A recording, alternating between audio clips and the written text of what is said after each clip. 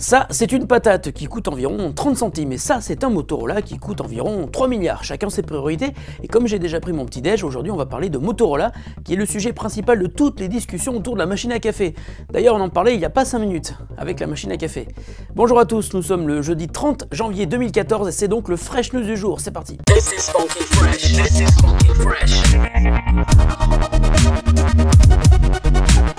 This is funky fresh. This is funky fresh. Coup de tonnerre donc sur la planète high-tech. Hier soir, Larry Page, patron de Google, a annoncé avoir conclu un accord de vente de Motorola Mobility au chinois Lenovo pour la somme modique de 2,91 milliards de dollars. Étonnant, car Google avait racheté le même Motorola Mobility pour 12 milliards de dollars il y a à peine 2 ans et le revend donc aujourd'hui pour 4 fois moins.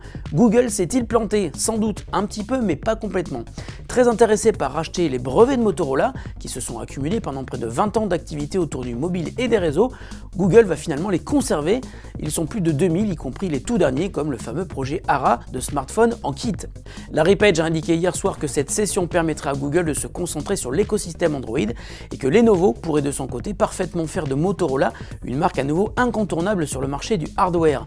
Mais on ne peut s'empêcher de penser que Motorola chez Google a été un cuisant échec. Le géant de la recherche avait décidé de miser sur un discours pro-américain, dont Motorola pratiquait l'exercice à la perfection avec le Moto X. Fabriqué aux États-Unis, il est personnalisable à volonté, mais uniquement pour les ventes sur le marché américain. Motorola n'a pas réussi à reconquérir le marché et les ventes sont restées plus confidentielles qu'espérées, même si Motorola occupe désormais la 3e place des smartphones Android aux États-Unis. Après une offre de rachat de BlackBerry qui avait échoué, c'est finalement en rachetant un pur produit états-unien que Lenovo fait son entrée massive sur le territoire de l'oncle Sam et plus largement dans le monde occidental. En Chine, où Lenovo domine largement le marché, ce rachat de Motorola Mobility va le conforter dans sa position de leader, surtout face à un nouveau danger dans l'empire du milieu, Apple qui vient d'y débarquer il y a quelques jours. Une telle info à 3 semaines du Mobile World Congress de Barcelone est bigrement intéressante, on sera sur place, et l'affaire Google, Motorola, Lenovo risque d'être au cœur de toutes les discussions. Ça devrait pas être triste. Hier soir, à l'occasion de l'annonce de ses résultats trimestriels, Facebook a dévoilé un ensemble de chiffres intéressants.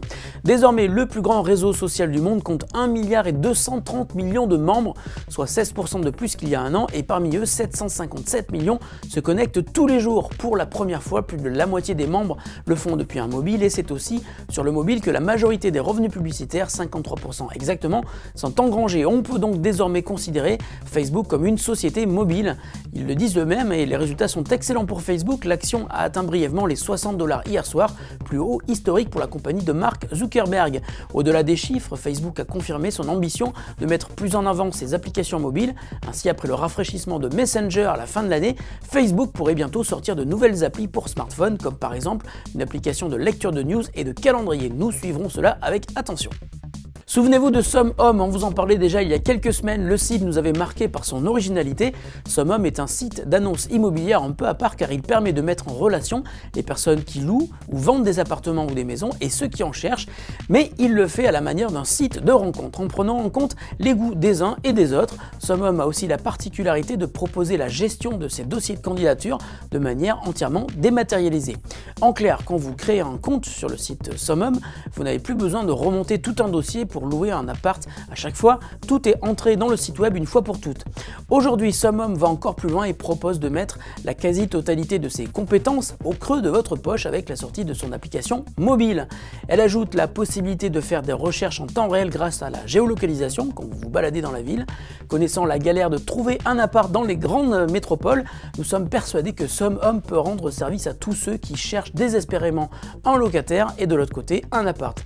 Gratuite et disponible dès aujourd'hui sur iOS et Android, SomeHome est notre appli coup de cœur du jour, évidemment. La question du jour nous vient de Sacha qui cherche le photophone ultime. Il n'est pas le seul. Il aimerait bien s'acheter un Nokia qui a une excellente réputation sur ce terrain-là, mais il n'est pas très chaud pour passer sous Windows Phone. Il nous demande ainsi quels sont les meilleurs photophones actuellement disponibles sur le marché, quelle que soit la plateforme.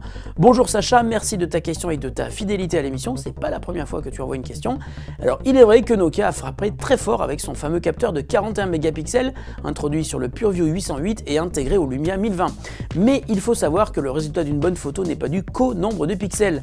En suivant les marques, les modèles, les plateformes et les applis, chaque constructeur a des atouts indéniables. Ainsi, il faut compter sur la stabilisation. Là aussi, Nokia fait très fort, avec des puces fabriquées par ST Microelectronics, mais qui sont désormais disponibles pour tous les constructeurs. Sur la colorimétrie, l'iPhone 5S bat tout le monde à plat de couture, et avec ses 2 flashs de couleurs différentes, les photos sont désormais aussi belles en lumière artificielle qu'en lumière naturelle. Notons également la vidéo, et sur ce point, Apple est aussi très bon, mais Samsung permet déjà de filmer en 4K avec le Galaxy Note 3, et le résultat est vraiment impressionnant. On peut citer également la richesse des applis photo. Sur iOS, elles sont de qualité incroyable, et certaines permettent d'atteindre un niveau de réglage auparavant réservé aux réflexes professionnels. Sur Android, les très bonnes applis sont bien moins nombreuses. Pour terminer, sache que le point faible de tous les photophones se situe non pas dans, mais derrière l'appareil. Alors on te conseille de passer du temps à apprendre à faire des photos. Pour cela, tu peux par exemple regarder notre émission spéciale publiée l'été dernier et qui est toujours d'actualité. On te met le lien ici. Je vous rappelle qu'il vous reste 24 heures pour répondre à notre super sondage Fresh News. On a d'ailleurs décidé, vu les retours que vous avez fait, d'y consacrer une émission spéciale la semaine prochaine, ça ne devrait pas être triste. Là aussi, je vous remets le lien vers notre sondage. Fresh News, c'est fini pour aujourd'hui, la suite demain, et d'ici là, passez une excellente journée. Salut à tous.